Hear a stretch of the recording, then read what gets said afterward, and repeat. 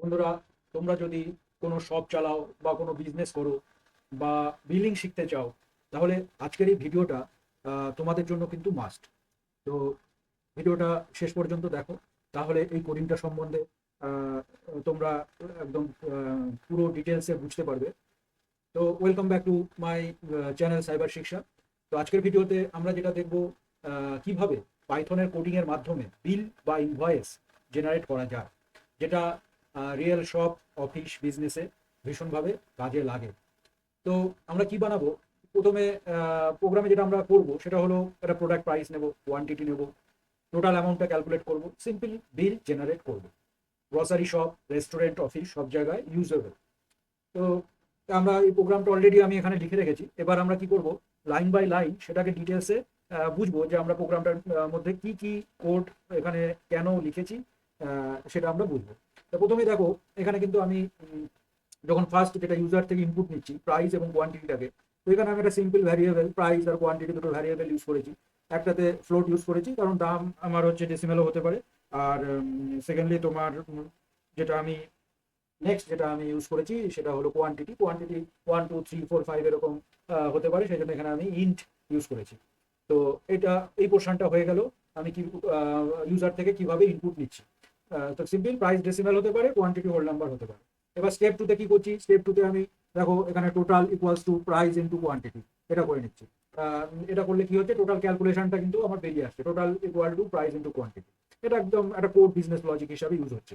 আচ্ছা, স্টেপ থ্রিতে কি করছি, আহ, উম, মানে বিল আউটপুট যেটা হবে, শো বিল আউটপুট, মানে এখানে আমার আউটপুটে যেগুলো প্রিন্ট হয়ে আসবে সেটা আমি স্টেপ থ্রিতে করছি। প্রিন্ট একটা উপরে বিল বলে একটা হেডিং রাখছি, প্রিন্ট প্রাইস পার আইটেম করে প্রাইস যেটাকে আমি ভ্যারিয়েবল নিয়েছিলাম সেটা এখানে দিয়ে দিচ্ছি।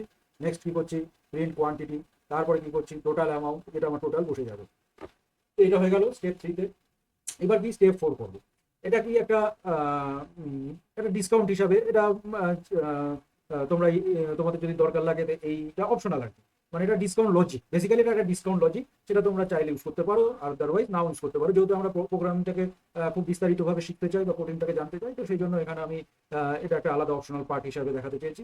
তো যাই হোক, এখানে আমি কি করছি, এরকম করবো যে if total greater than equal to 1000, মানে যদি আমরা টোটালটা 1000-এর উপরে হয়, তাহলে আমাকে এই 10% ডিসকাউন্টটা দেওয়া হবে।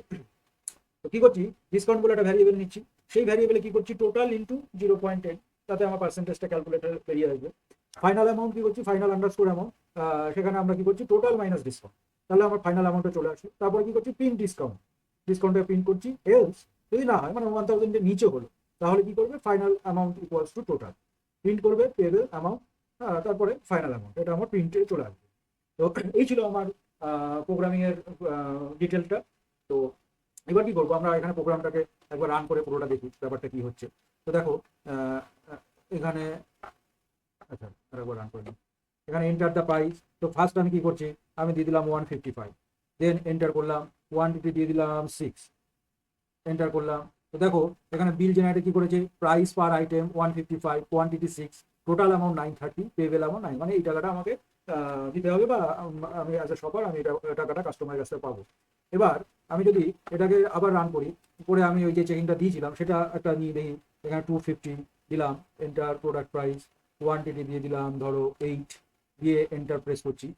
তো দেখো এখানে কি করছে, এখানে করলো কি, বিলের price per item 250, quantity 8, total হচ্ছে 2000, ডিসকাউন্ট 200, আর পেবেল অ্যামাউন্ট 1800। তাহলে আমরা যে চেকিংটা এখানে দিয়েছিলাম সেই চেকিংটা কিন্তু খুব সুন্দরভাবে কাজ করলো কিন্তু।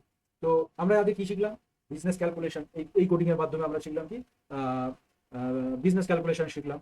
ই ফেলস এর রিয়াল ইউজ, মানে ই ফেলস কিভাবে ইউজ হয় সেটাও শিখে ফেললাম। আর কি করলাম, যে বিলিং লজিক, বিলিং কিভাবে হয় তার একটা লজিক আমরা শিখে ফেলেছি।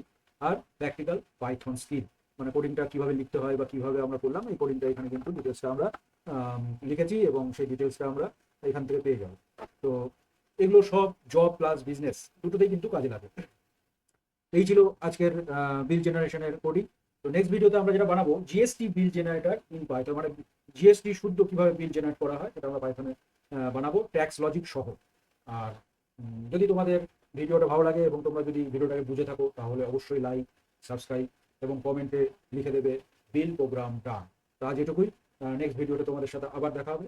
ভালো থেকো, টাটা।